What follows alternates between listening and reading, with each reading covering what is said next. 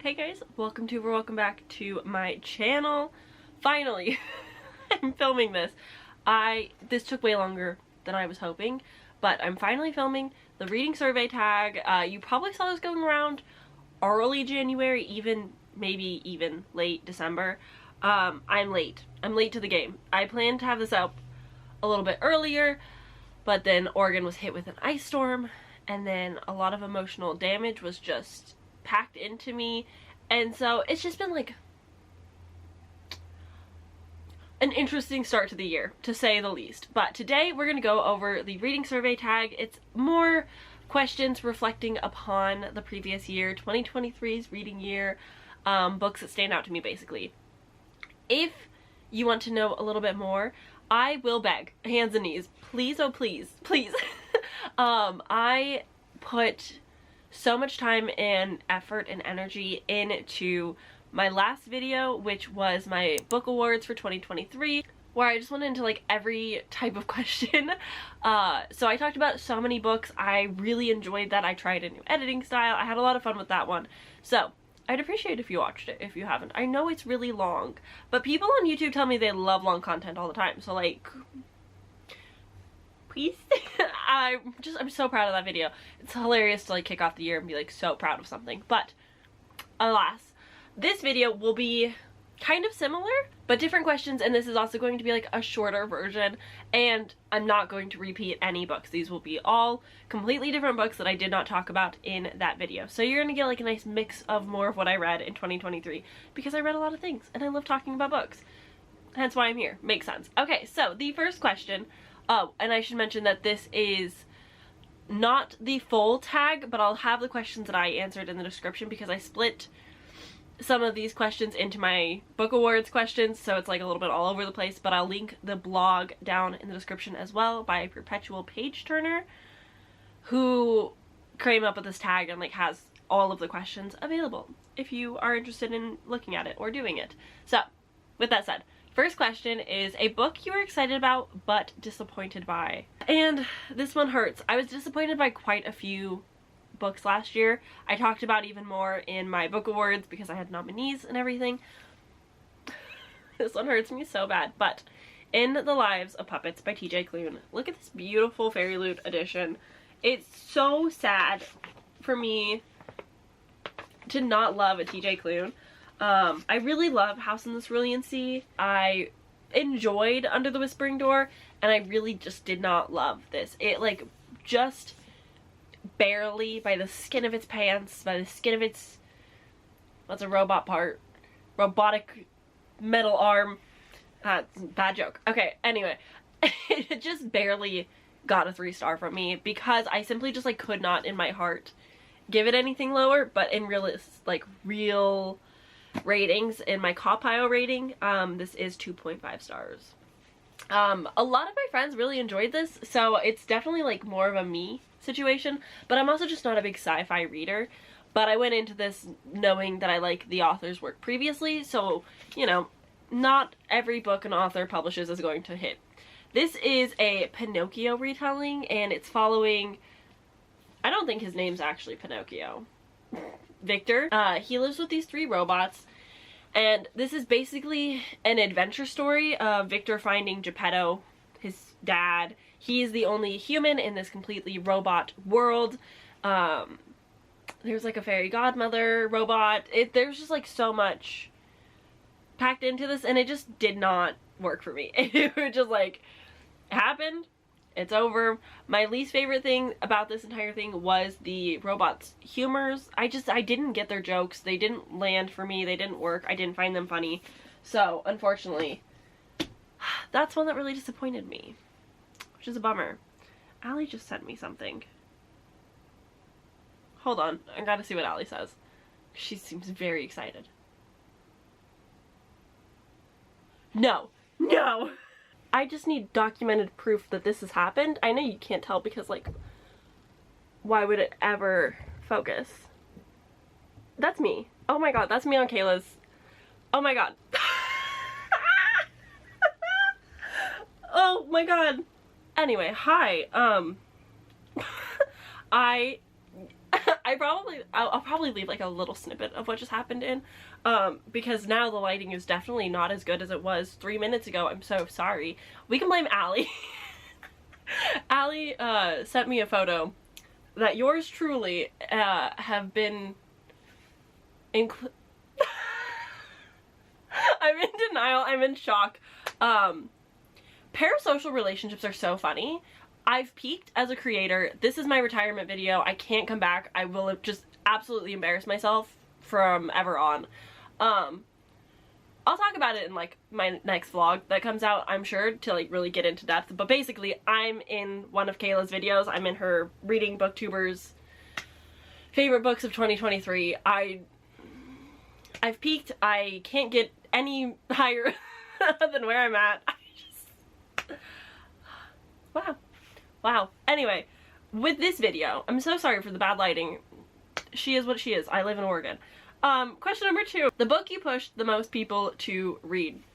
Oh boy, howdy. Did I force so many people, so many.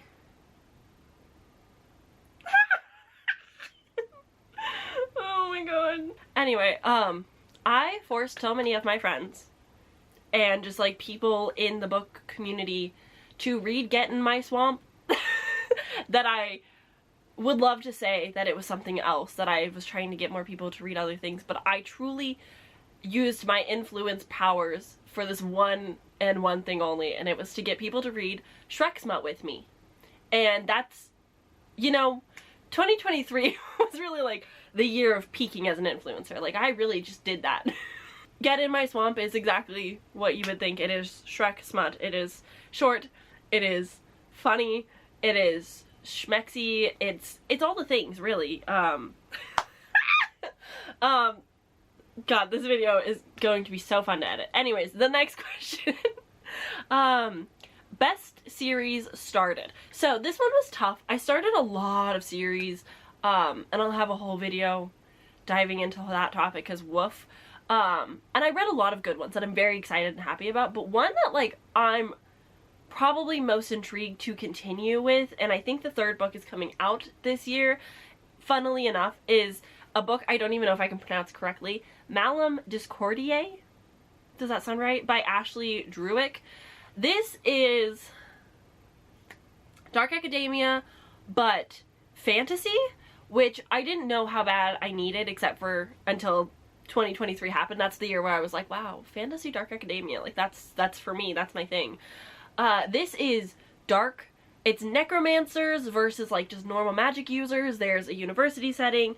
Your like typical dark academia like murder mystery is going on, but like one of the guys is a necromancer. Also, it is a romance, and it is steamy, and it is gay. Just be prepared. I was not prepared to get the sex scenes that I was going to get from this, and I was blushing. I enjoyed it. Insert conversation about women writing, gay men, romance, so on. I can't really speak on the matter of that conversation, but that is something to be cautious of going in. Like, if that's something that bothers you, maybe don't pick this up.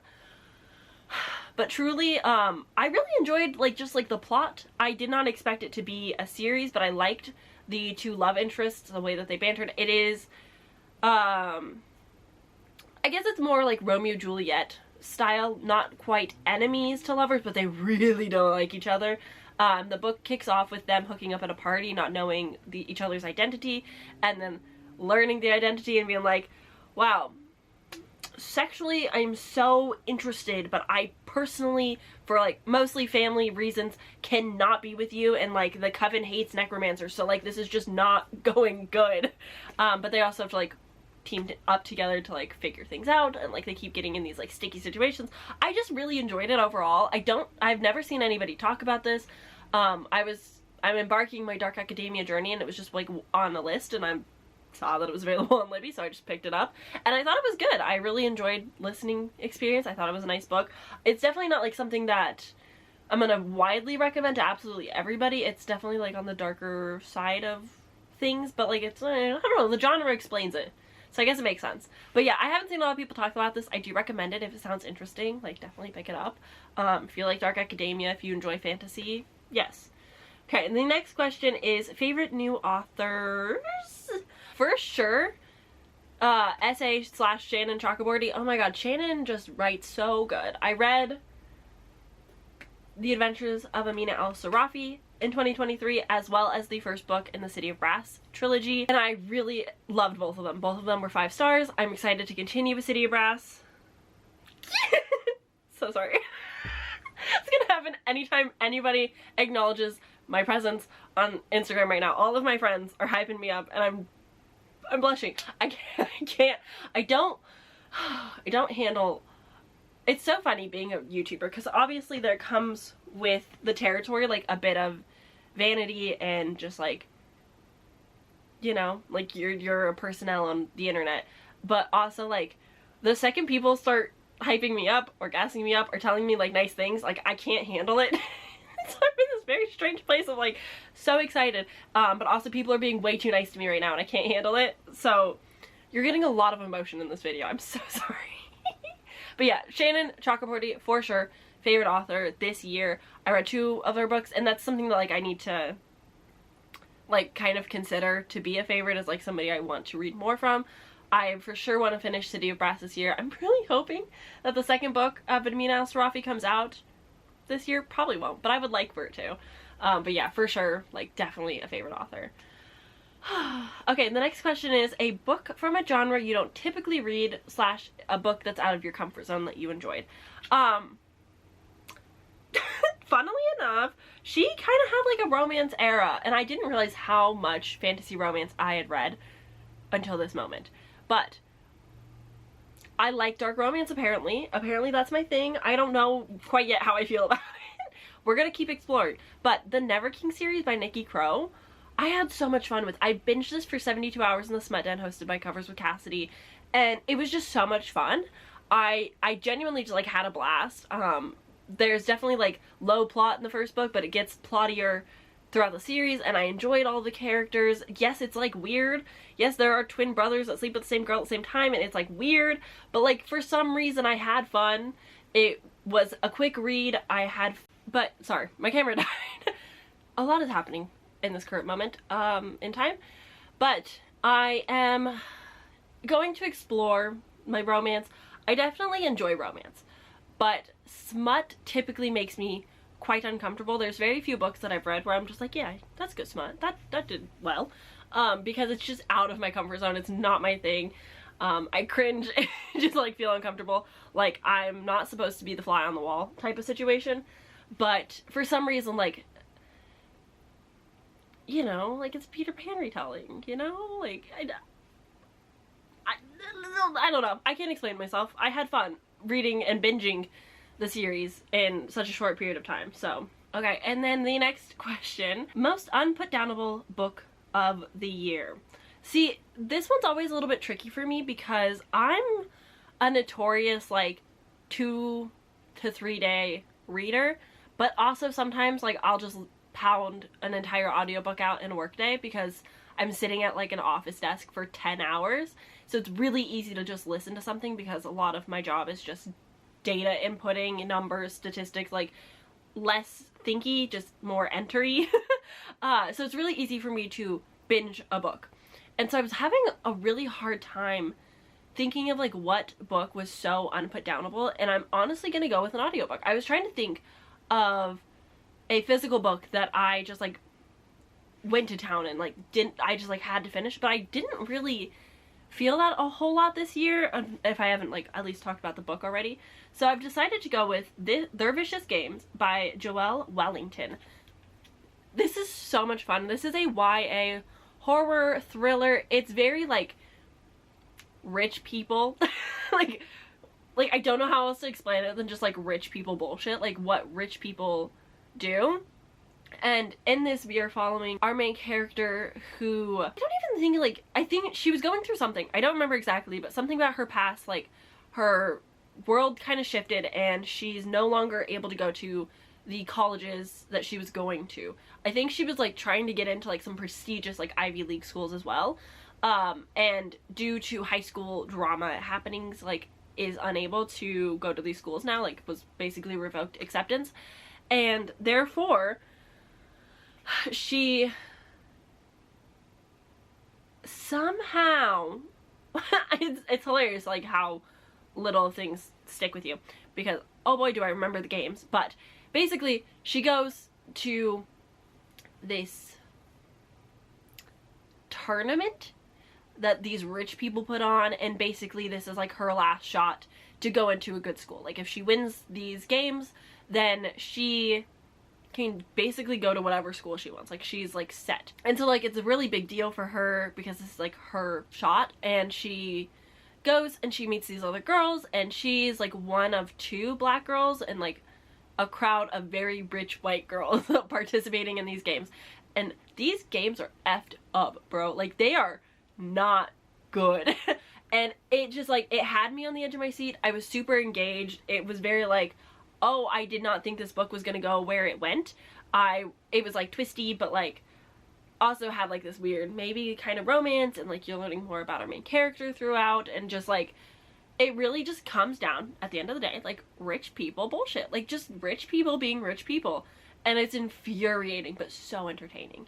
And I had a really good time with it. I gave it 4 stars, but it was definitely one that like I binged the audiobook. Like, it was an easy listen. It was something that I definitely like wanted to finish like as soon as I could. Like, I just wanted to know what's gonna happen. So yeah, that's gonna be my answer because I really enjoyed the experience. Okay, the next question is a book that you are most likely to reread. I have a good amount of books that I read last year, not realizing how much of a reading slump I was in because like I was just not mentally invested in the books that I was reading. And so there's a decent list, but one that I really want to get to is Little Thieves by Margaret Owen. People love this book. People devour this book. The sequel is out and they're waiting for the 3rd book still, and like people are so excited, like it is a big deal. And I liked the premise. All I remember is that our main character has like godly grandparents or something, and so like has to pick one of these entities to like how do I put this into words? Basically like be one of like their followers and like have their like powers attached to them, but she's trying to not do that, and so she's trying to find her way out of it and not have to. But like something about jewels becoming her body, I truly don't remember. But people love this so much that it's like I think that I blanked out too much of it. Like I didn't have the capacity to really engage as I wanted to and like pick up on as much of it. So it's definitely one that I want to revisit and try again and see like, is it just a book that I was not interested in because I didn't like it and didn't care about, or is it a good book but I wasn't able to give it the right attention because I wasn't mentally checked in enough.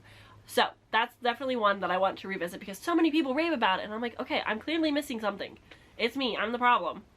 Okay, the next question is a book you can't believe you waited so long to read. Catherine House. Absolutely Catherine House. What is this book?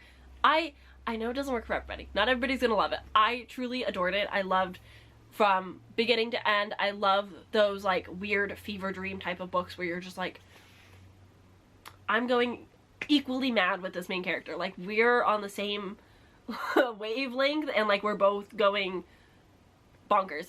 That's like just something I really enjoy. I like cultish books. I like dark academia books. Like it just like had everything that I wanted. Wow. Like I know it hasn't been out for very long, but definitely was one that it wasn't like super on my radar. It was one that like was on my TBR. Sure, maybe I'll get to at some point, but because I did my like catching up on Literally Dead Book Club reading vlog, because of that I picked it up and I was like, damn, this is so good. Like I had so much fun. I genuinely can't wait to reread it because it was so interesting, and I feel like upon another reread, it's similar to Bunny, where like on a reread of it, like I think I'm gonna pick up on more things and just like, I don't know, I just think it'd be fun. But yeah, I really enjoyed that one. I'm happy I read it. Okay, the next question is favorite non-romantic relationship, And for this, I've picked the prison healer. Our main character is, so the premise of this book, I should explain, is she is the prison's healer. She does like the doctor kind of stuff. And she is a prisoner as well. But there's this little boy whose mom was pregnant, I think, when she was arrested. And I don't remember, I think she dies at some point. It's tragic. But basically there's just like this boy like being raised in the prison because he has no family to go to. And so she kind of takes him under his wing and they kind of work together, and she kind of cares for him in a familial type of way. And I just adore their relationship. I really like the book series to begin with. I'm excited to read the third one this year. But I just really liked how much they care for each other and just love each other, and how important they are to each other's lives, like no matter what's going on. He can be a little bit whiny, but he is younger and he has like a stutter. He's so sweet. I just really enjoyed their dynamic. Like I like the romance, and don't get me wrong, but just seeing like those two and like their strong bond and just how much they care for each other, and like wild things happen because it's a fantasy book, so of course it does.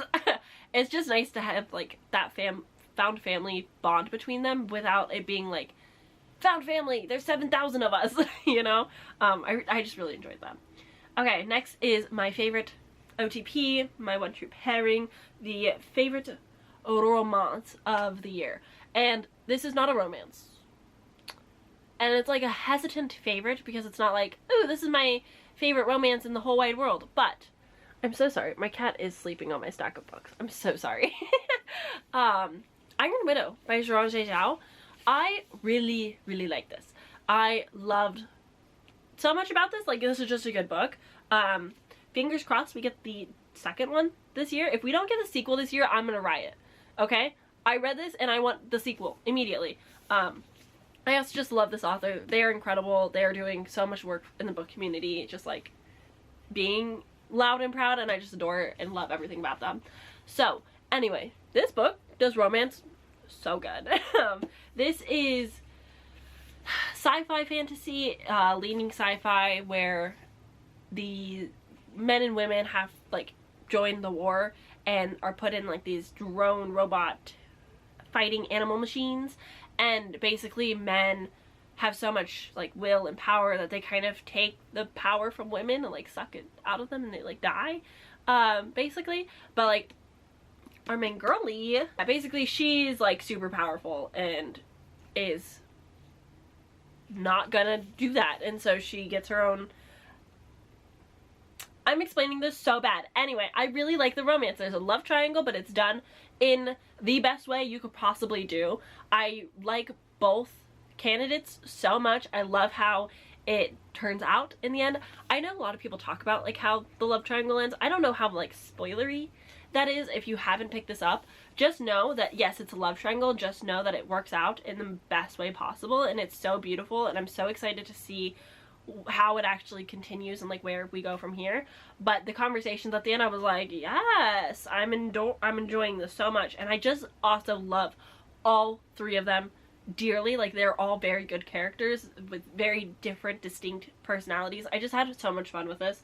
I will probably reread this before the sequel does come out, whenever that is. But yeah, I'm just look at this cover. Like, she's everything. I'm so excited. This is great. My phone is vibrating so much. This is hilarious. Oh, this is so funny. Anyway. Okay. I'm gonna cry. The next question. Best book read due to peer pressure. I will show you what my cat looks like because I feel really bad every time I have to take a book. I'm so sorry. JC, what was this? Peer pressured? Yeah. Best book read due to peer pressure. This is Giant City. I read this for Daphne's book club, Being Book Club. I was the co-host. We read the entire Greenbone saga over 3 months. I'm insane, and I technically read the books in like 4 days because I'm bad with book clubs. I love them so much, but I am so bad at just like reading books. Again, back to the whole thing. I have to binge a book. Like, if I don't read a book in 1 to 3 days, like, it's gonna take me forever. This is one of those instances that, like, the day before the live show, I would binge the whole book and finish it. So, but this is so loved. So loved. So I'm sorry that I'm going to hate on it a little bit, because I wasn't peer pressured to read a lot of things, to be entirely honest, but I will be this year. I love it. If you want a buddy read, hit me up. This is apparently my year of buddy reads. Anywho, I enjoyed this. I gave it 3 stars. The series got so much better though throughout, and that's why this is going to be the best, the one that I'm mentioning, because I really enjoyed like the series as a whole, and the last book especially. But this is very political, light fantasy, political heavy. It is set in an alternate Asian inspired world, and they do have magic is like a bit of a stretch, but there is a bit of a magic system with Jade and the use of it and how it like enhances abilities and so on. It's really unique and very dense, very character heavy. Oh my god, is this book all about the characters and politics, which is not my favorite thing. But as the series goes on, I did get more attached to them and I felt a little bit more emotions. I did almost cry in the last book, so I'm very thankful and happy to have read this series with my friends. It was a lot of fun, and a lot of people love this, so I'm glad that I can be like, I read it, I'm in the know, I get it. So yeah, that's the best one that I read from peer pressure.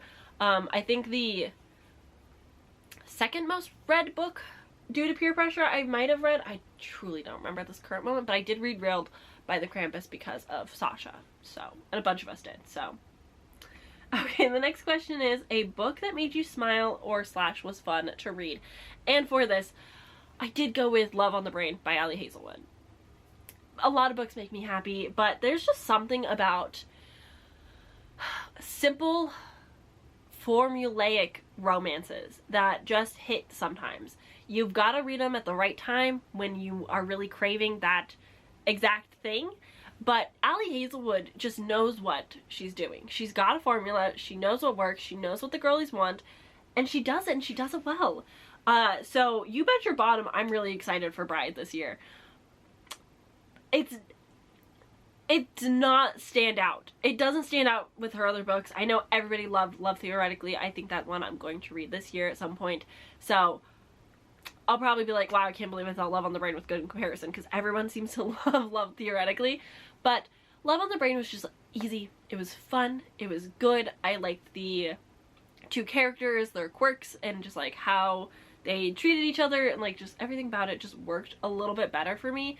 I'll never give Ali Hazelwood, I say that, I'm not never, because I did technically give The Love Hypothesis 5 stars, undeserving, but fun. I don't think most Ali Hazelwood would be a 5-star for me, just because it is formulaic and kind of similar, as I think most romance authors tend to lean, like at least the very popular generic ones. But sometimes that's just exactly what you need. It's predictable, it's expected, you know exactly how you're gonna feel, how it's gonna end, and you don't have to like put too much of like emotions into the read. It's just like a good time, and sometimes that's just just really needed. And this was just like a fun time, and I was happy with it. Okay, the next one is a book that lived up to the hype. And for this, I'm going with Know My Name by Chanel Miller. She's got tabs.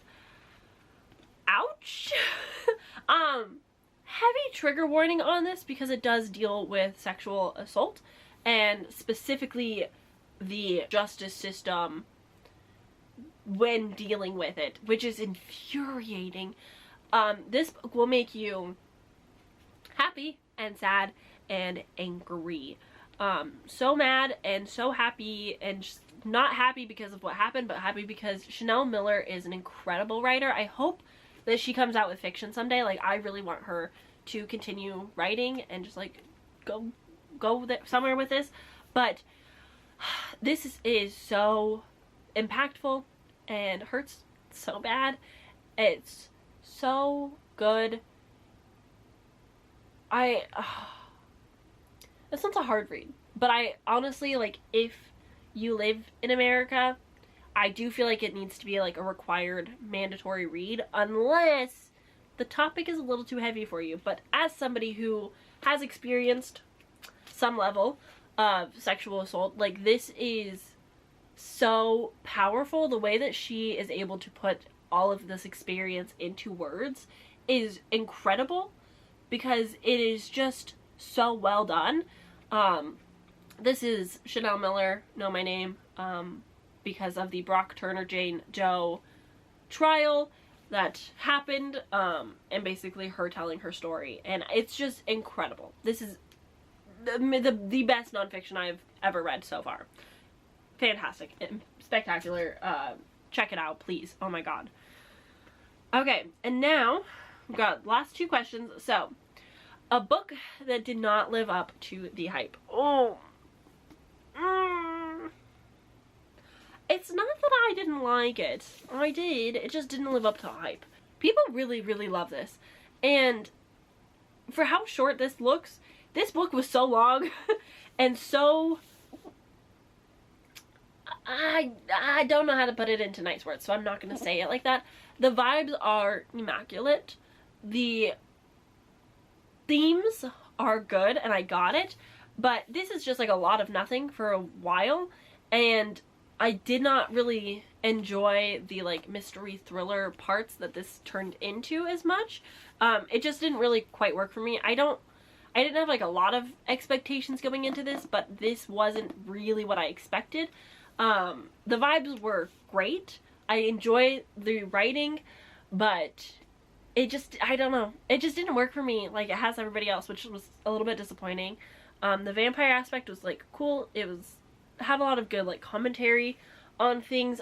Something about it just did not quite work for me. Didn't quite click. I did prefer their other book, and I think this is going to be a sequel. Yeah, The Year of the Witching. I think there's a potential for this to have a sequel. I'm not sure. I hope not, to be honest. But yeah, it just didn't quite live up to the hype for me. It wasn't a bad book. I didn't hate it, but it definitely wasn't what I thought or hoped it was going to be.